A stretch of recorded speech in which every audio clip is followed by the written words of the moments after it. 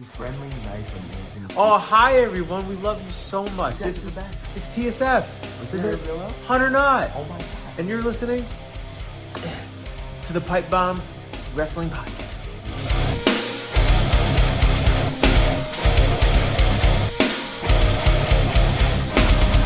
Thank you, TSF, and hello everyone, and welcome back to the Pipe Bomb Wrestling Podcast. I am your host, Andy York, the Young Buck. Thank you guys so much for tuning in and joining us, whether this is your first time or you are a long-time viewer. We really do appreciate the support that you guys give us every single week. It is very, very appreciated.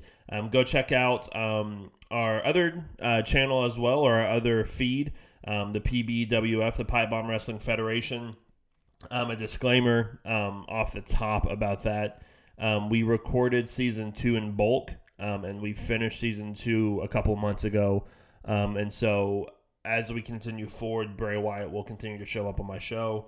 Not out of bad taste. It's just we've already recorded it months in advance, and so that's why he is going to continue to show up there. So just a heads up for that. But we are heading straight for the end. We are a couple months in now, so if you haven't been listening, go catch up before we get to the final month.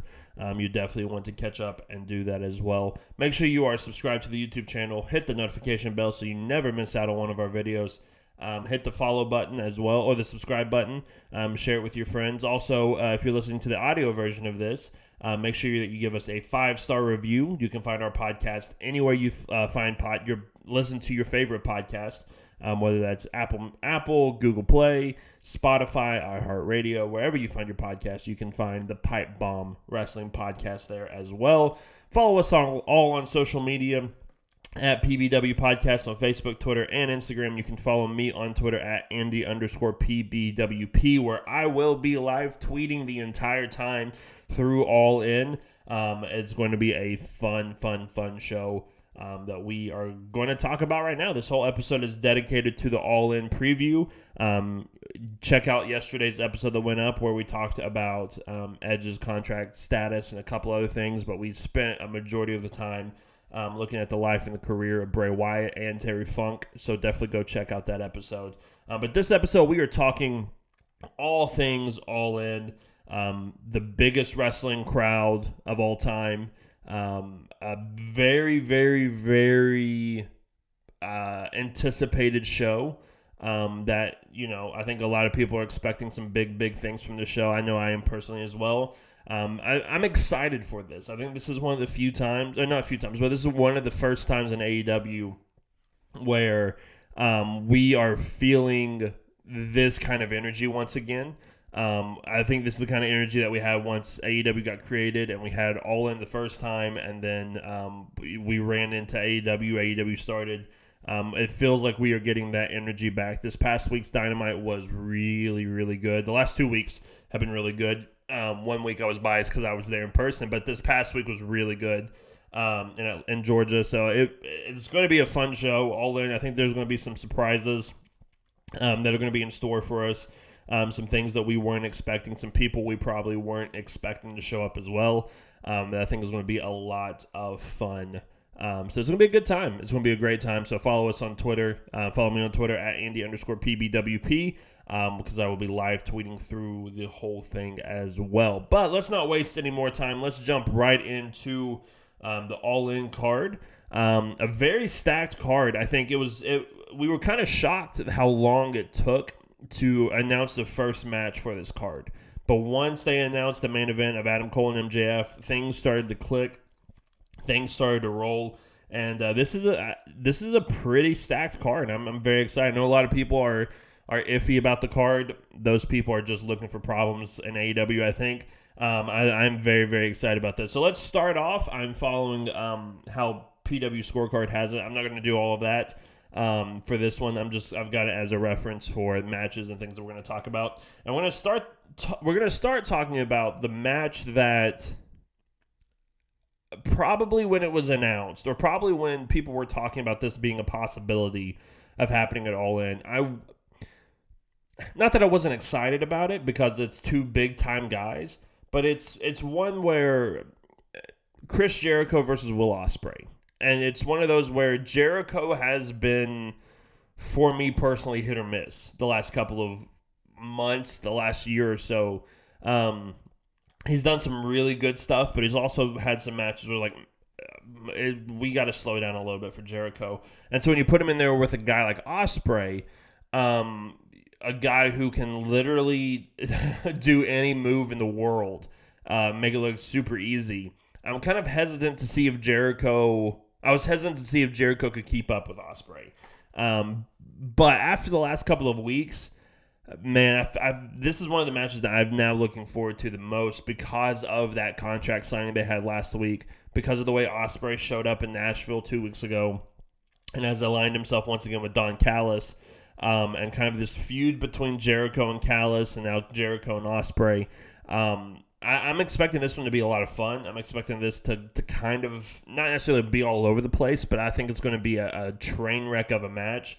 I think Will Ospreay is going to have the night of his life in the biggest stage possible, and I think he's going to absolutely shine. The thing about Ospreay is, and I've been vocal about this before in the podcast. In the past, I have not been the biggest Ospreay fan. I think the style that he wrestled, the style that he wrestled, the flippy style, I know a lot of people have their problems with, their issues with it.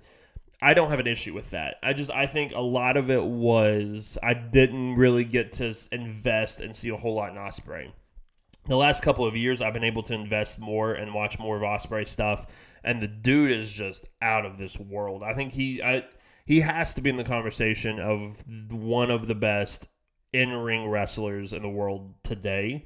And that, to me, is not a question anymore, that he's in that category and in that select few. And I think because of that, I think he's going to have a shining moment against Jericho. I think Jericho's entrance is going to be wild one way or another. I think live performances in wrestling are either one of the best things that you've ever heard or one of the worst things that you've ever heard. And AEW has a track record of it going the opposite way, the bad way. So I'm curious to see what Fozzie's going to be like live in person. But I think it's going to be a fun time. I think this match is going to be really good between these two. I think Jericho has a lot to prove to a lot of people, and I think he's going to prove it in this match by keeping up with Ospreay, but also, continuing his legacy and continuing to move forward and continuing to do the things that he is really, really good at. And so because of that, I think this is going to be back and forth. However, I do think we're in Wembley Stadium. We're in London. Somebody's got to be the hometown hero to get the win. I think Jericho may play more of a heel role in this match than Ospreay does. And I think Will Ospreay gets the job done. And like he said, he's the only person that can say in a span of 2 months that he's beaten Kenny Omega, Kazuchika Okada, and Chris Jericho. And that is a wild, wild list to say that you've beaten in 2 months. The contract signing on Dynamite was amazing between both guys. I think Ospreay talking about how this is just another vanity project for Jericho, how he's just doing this so Fozzy can perform in front of 80,000 plus people. All of this other stuff that Ospreay was saying, and then Jericho comes right back and says, "Listen, you don't understand. This is bigger than any WrestleMania. This is bigger than anything that he's ever been a part of, and he's got a lot to prove." And I think that's absolutely the case. But I do think Will Ospreay walks away with the win, the hometown win, and I think we're going to be talking about this match for a little bit. I think it's going to be a lot of fun, and I think it's going to be one that we are going to remember for a long, long time. Another one that we're going to remember for a long time is part 3 in the trilogy over the last couple of years. The Young Bucks going after FTR and the AEW World Tag-Team Championships. This one had a lot of intrigue going into it before the Cash Wheeler stuff happened. I think there's a lot of intrigue now, even more so than before. The sit-down interview on Dynamite between the two was really good. It's one of my favorite things the Bucks have done by themselves here recently. I think they did a fantastic job going after FTR and talking to him, and going after him and all this other stuff. I've really, really enjoyed that. I do think the legal issues that are going on with FTR and right now with Cash Wheeler specifically, I think prevent them from winning. And I do think it's about time the Bucks got the tag titles back and went on a proper run, reestablished themselves as the best tag team in AEW, one of the best tag teams in AEW, one of the best tag teams of all time. And I think that starts by winning at Wembley. And I think they are going to – I think this match is going to be fantastic. I think it's going to be – I could potentially see it being right up there with the steel cage match with the Lucha Brothers. I could see this being right up there with Hangman and Kenny versus the Young Bucks as well. I think this is going to be a really, really, really good match that we are going to be talking about and looking forward to. I think it's time. I think it's time the Young Bucks got the win. I think it's time that the Young Bucks get the titles back. And I think it's time that the Young Bucks reclaim their top spot in the AEW Tag Team division. And can help a lot of other tag teams rise up to that level and get where the Bucks are. So I think this one's going to be good. I think this one's going to be a lot of fun, but I do have the Bucks getting the win and becoming tag team champions once again. I'm going to save that one for a minute. We'll talk about that one here. We'll talk about this other one, or these other two here in a minute. Let's continue on the singles train and talk about the one match from Collision. Not necessarily the one match, but the main match from Collision that we are getting. CM Punk running it back once again against Samoa Joe. And as the Ring of Honor diehard, this is the match I wanted to see for Punk. I know there's a lot of speculation it could be Punk versus White, Jay White, but I really think Punk and Joe one more time, the biggest stage possible, going at it proper. I'm excited for this one. I think it's going to be a lot of fun. I think Punk has a lot to prove to a lot of people. I think Joe has a lot to prove to a lot of people because I think people are starting to see them slow down a little bit, which is not a bad thing. But I think people are starting to see them slow down a little bit, and they want to prove. Punk wants to prove, no, I'm still one of the best in the world. And Joe wants to prove I'm still one of the biggest threats and biggest killers in the world. And so I think this one's going to be a back and forth, a stiff affair. I'm expecting people to bleed in this one. I hesitate to say this, not to say this, but I hesitate to think this. I think there's a really, really, really good shot Samoa Joe wins. And it becomes his, crowning moment in AEW, his defining moment so far in AEW, beating Punk. But Punk has just come back. They're building up Collision. They're trying to make Collision feel as big as Dynamite. And in order to do that, you got to have your top stars win in big-time matches. And this is as big as it gets right now for Punk. So I could absolutely see Punk win.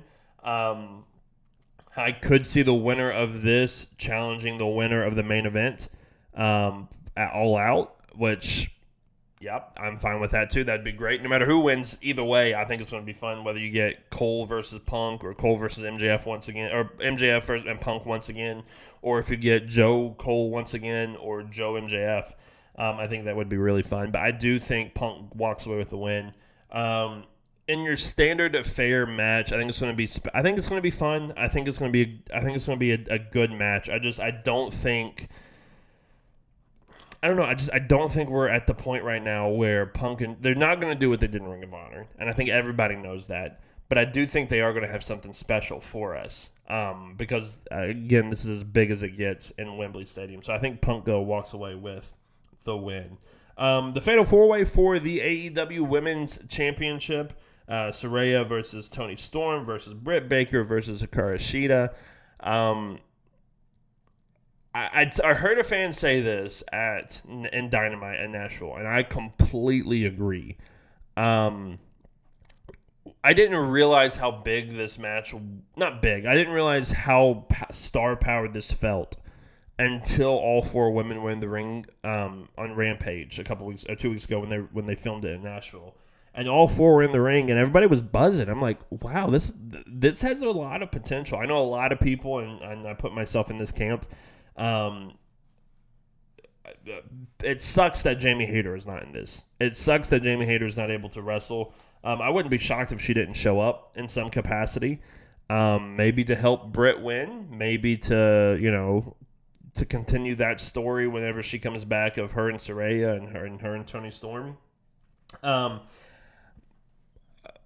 WWE brain in me, and the WWE brain, by WWE brain, I mean, what would WWE book in this situation? I feel like Saraya would win just to make a lot of people upset and a lot of people mad. I don't see that happening, though. I don't think Saraya wins. I don't think Toni Storm wins. I honestly think Shida is going to retain. And I think they're going to make her feel important, make her feel even bigger than she already is, and let her go on a proper title run this time. And, you know, I think you can keep Britt in the feud with Saraya if you want to, and in the feud with Toni Storm. I think there's going to be a moment where we're going to have Saraya and Storm go at it for a little bit as kind of like a falling apart, but not splitting up. But I do think Shida picks up the win. I think she walks away with the title still. And I'm excited to see, like, if she does win, I'm excited to see where they go with her from here. I think you could easily put her in a program with Thunder Rosa if you wanted to. You could put her in a program with Ruby Soho if you wanted to. You could put her in a match. You know, the list goes on and on and on that you could do with her. The women's division across the board in both major wrestling promotions hasn't been great booking-wise the last couple of months. And so I think Shida winning and moving forward, I think, is a good step and is something different and exciting that we can see going forward. So I do think Shida retains the AEW Women's Championship. Let's move on to talk about some of these multi-man matches. It wouldn't be an AEW card without multi-man matches, but I got to tell you, when I look at All In, it reminds me of a WrestleMania-style show because the crowd is going to be so big, the biggest we've ever seen, and the format that we've seen is very WrestleMania-ish to me. So they want to get as many top stars on the card as possible, and how do you do that? Multi-man matches, and I am totally fine with that.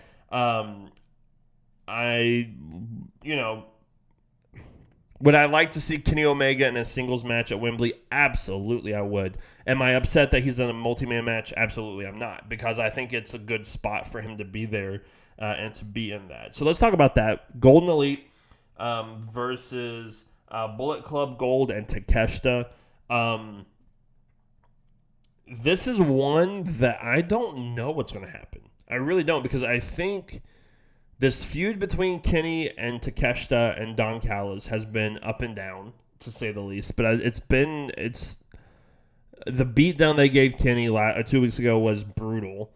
And I don't know what to expect from this. I'm excited that we're getting Kota Ibushi back. I think he wasn't fantastic in the Blood and Guts match, but I think it took some time for him to. I think it's going to take some time for him to reestablish himself and to get more comfortable again.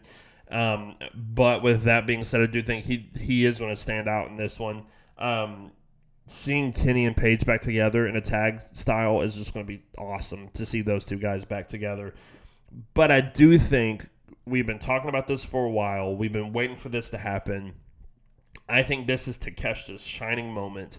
I think Takeshita wins this match by pinning Kenny Omega.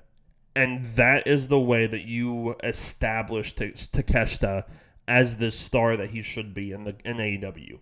And I think that's how you can push forward this feud if you want to continue it with Don Callis and Kenny Omega. That's something Takeshita can hold over Kenny Omega. That's something Don Callis can hold over Kenny Omega. That my guys have beaten you twice now in Will Ospreay and in Takeshita. So I think that would be a really interesting way to go. I think this could potentially be match of the night between Golden Elite and BCC Gold and Takeshita. But I do think Takeshita gets the win over Kenny Omega, elevating him to another level that we've been waiting for Takeshita to get to. And I think it starts. I think it starts at Wembley.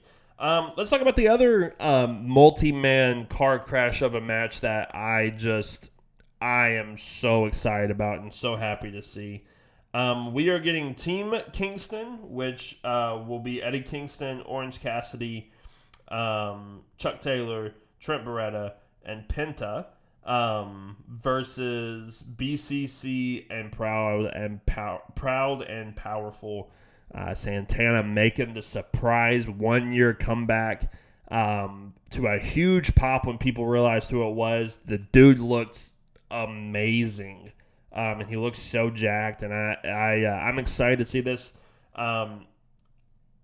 I got the feeling watching this, and again, this is just pure speculation because obviously there have been reports in the past that Santana and Ortiz didn't want to work together anymore, that they had a falling out. I got the sense that they're doing this as a one-off because watching them, they didn't really interact with one another. When Santana came out, they didn't really do anything together. They just kind of started beating everybody up and then bailed from the ring. So I don't know. I get the sense that not everything's going to be fine. I hope I'm wrong. I hope they continue to work together. I love Santana and Ortiz together. I think they're a great tag team together.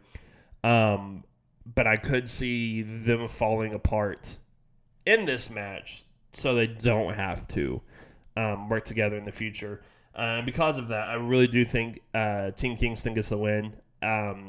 Man, I would love it if Eddie pinned John. I would love it if Eddie Kingston pinned John Moxley in this Stadium Stampede. It's going to be brutal. It's going to be a match that Terry Funk himself is going to be proud of by the brutality in it, I think. And I think I am. I think I'm going with the prediction that Eddie Kingston's going to pin John Moxley, put this thing to rest once and for all. The interaction between Eddie Kingston and Renee Paquette on Dynamite was fantastic between the two of them. Eddie just does such a good job of making everything real because it is real to him, and I love that.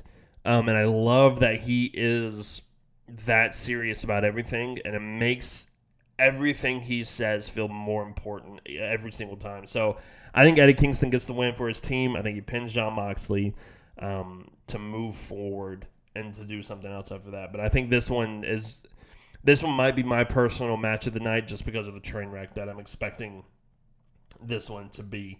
3 more matches to talk about.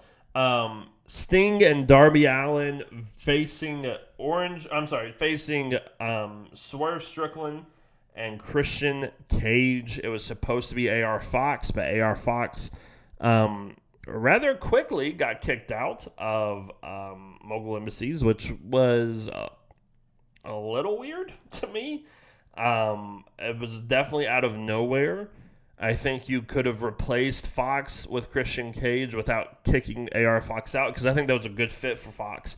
And it didn't make a whole lot of sense to me that Darby Allin would just be cool with AR Fox coming back. Yeah, I know he gave him a house when he was homeless, but he also tried to murder Nick Wayne. So, it's wrestling, I guess. That's just the way things go. But I do think that this one's going to be another train wreck because it's a Sting match in AEW, and all Sting matches are train wrecks. I think it's going to be fun, though. I am loving Joker Sting right now. I think he is doing a fantastic job of reinventing himself and making himself fit a little bit more in AEW with this different style that I am purely enjoying. So I think because we are getting Darby Allin versus Luchasaurus at All Out, which is next weekend, that we got to preview and talk about that too. I think we're going to see Sting and Allin get the win. If I had to predict who pins who, I think it would be very interesting if Sting pinned Christian Cage to send him down a spiral, even more so.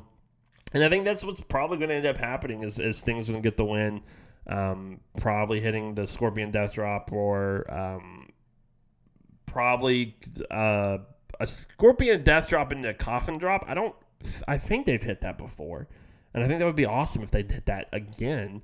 And Sting pick up the win. But I do think Sting and Darby Allin pick up the win heading into All Out. I think that gives Darby Allin more momentum so that when he loses to Luchasaurus, it's going to make Luchasaurus feel even bigger and Christian Cage more of a jerk than he already is. So I'm looking forward to this one. I think Sting and Darby Allin, though, do pick up the win.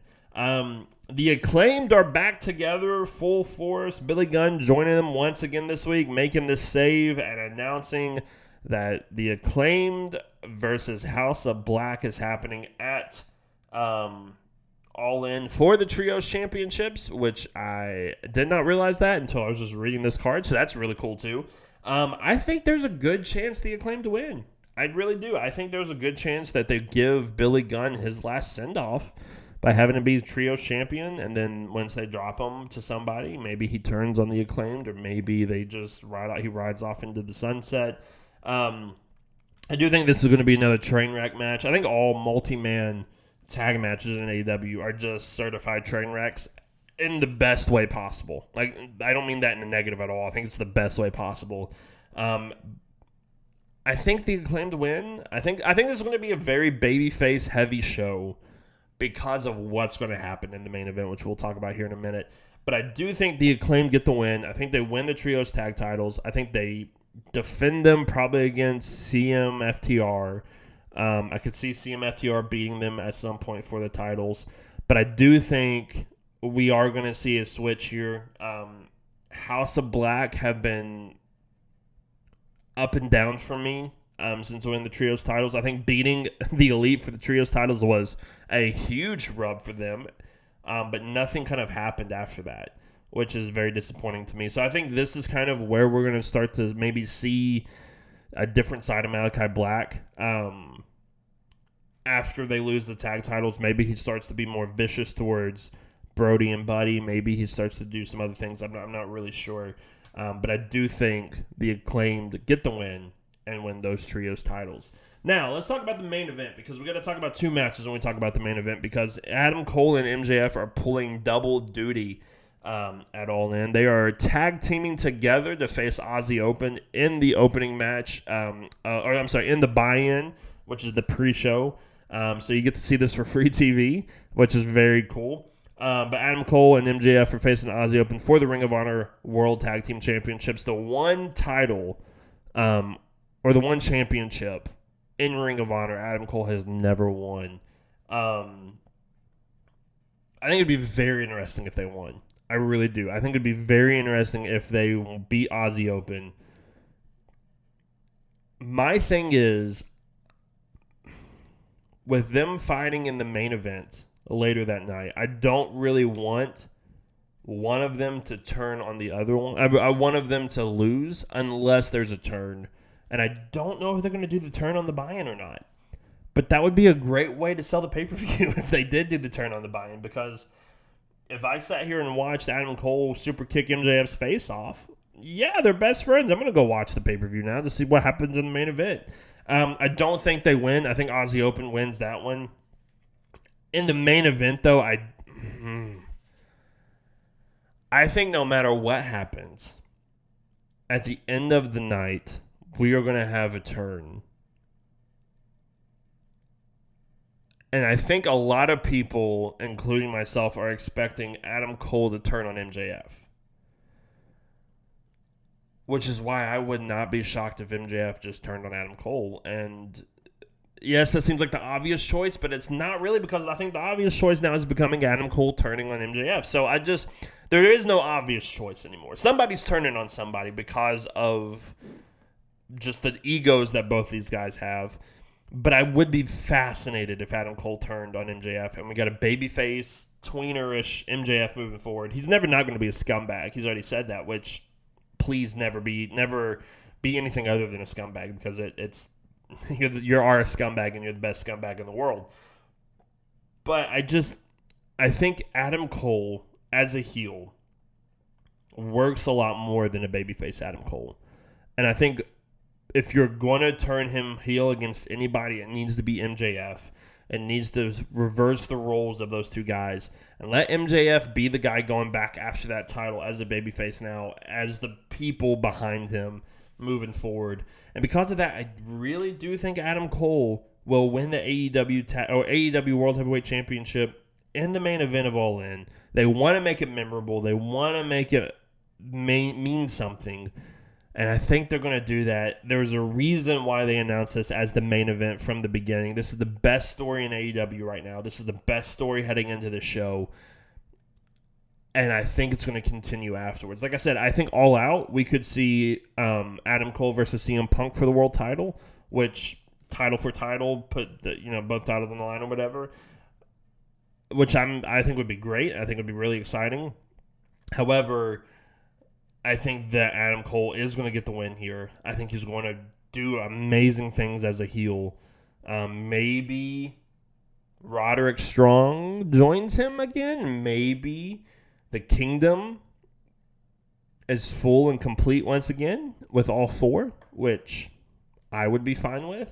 And that could kind of be them moving forward as that happening. But I do think Adam Cole gets the win in a fantastic main event. I think it's going to be an awesome main event. MJF has delivered on every single match as champion, and I think this one will be no different at all. But let me know what you guys think down below in the comments, what you think is going to happen for each match, who you think is going to walk away with the AEW World Heavyweight Championship. Do you think we even see a turn? Because I think it would be very interesting if we didn't see a turn and we just kind of kept this story going. But let me guys know what you think in the comments down below, or you can tweet me at Andy_PBWP your thoughts if you are listening to this on the audio version as well. Definitely give me your thoughts. I want to know what you guys are thinking about this match, about this whole entire card. I am very excited for All In. It's a busy time right now in the world of wrestling. We got All In this weekend. We've got Payback and All Out next weekend. And we are running towards, it feels like, Survivor Series for WWE. So it's going to be a good time. We're having a great time. We're enjoying it. I think All In is a much-needed show after the last 2 or 3 days that we've had. I'm still not emotionally stable after SmackDown last night. And so I think All In will be a good palate cleanser for wrestling fans all over the world. So enjoy All In. Make sure you follow us over on Facebook, Twitter, and Instagram at PBW Podcast. Follow me on Twitter at Andy_PBWP. Once again, I will be live tweeting the entire time during All In. So follow us over there. Talk to us, interact with us during the show. We would love to have that happen. Make sure you're subscribed to the YouTube channel. Make sure you like this video, share it with your friends, share the audio version as well. Give us that 5-star review. Enjoy All In. Wembley Stadium, a packed house. Is going to be a lot of fun. We are going to enjoy it here as well. Join us Monday as we are going to be diving in and talking about it. The results, we're going to be reviewing the show as a whole. Friday, we're back with our weekly show. And Saturday and Sunday and Monday, you're going to see a show from us next week on Monday, Saturday, Sunday, and Monday again. So it's going to be a busy week next week for the podcast, but we are having a blast doing it. I can't wait for my buddy Chris Belcher to come back and join us, but enjoy that time while you're away. But for the Pipe Bomb Wrestling Podcast, my name is Andy York. Thank you once again for joining us. Enjoy All In, and we will catch you guys